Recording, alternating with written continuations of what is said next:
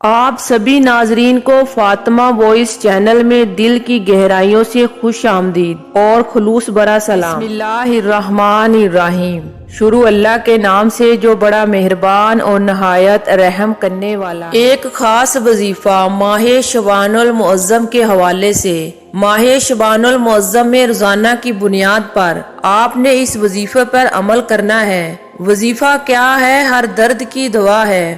اہل بیت الاطہار کے روشن چراغ حضرت سیدنا امام جعفر صادق رضی اللہ تعالی عنہ فرماتے ہیں، جو کوئی ماہ شعبان المعظم میں روزانہ کی بنیاد پر 700 مرتبہ درود شریف پڑھے، فضیلت کا کیا حاصل ہوگی؟ اللہ پاک کچھ فرشتے مقرر فرما دے گا جو اس کے درود پاک کو پیارے آقا صلی اللہ علیہ وآلہ وسلم کی بارگاہ اقدس میں پہنچائیں گے۔ اس سے رسول اللہ صلی اللہ علیہ وآلہ وسلم کی روح مبارک خوش ہوگی اور مزید کیا برکتیں حاصل ہوگی۔ پھر اللہ تعالیٰ ان فرشتوں کو حکم دے گا کہ اس درود پاک پڑھنے والے کے لیے قیامت تک دعائے مغفرت کرتے رہو۔ کمال کی فضیلت ہے، بہت شاندار فضیلت ہے، تو نیت کر لیں کہ انشاءاللہ اس کریم خصوصیت کے ساتھ ماہ شعبان المعظم میں 700 مرتبہ درود پاک پڑھنا ہے۔ اللہ کی رحمت سے دنیا میں بھی اور آخرت میں بھی اس کی برکتیں حاصل ہوں گی۔ اللہ توفیق دے تو روزانہ کی بنیاد پر درود پاک پڑھنے کی عادت بنائیں۔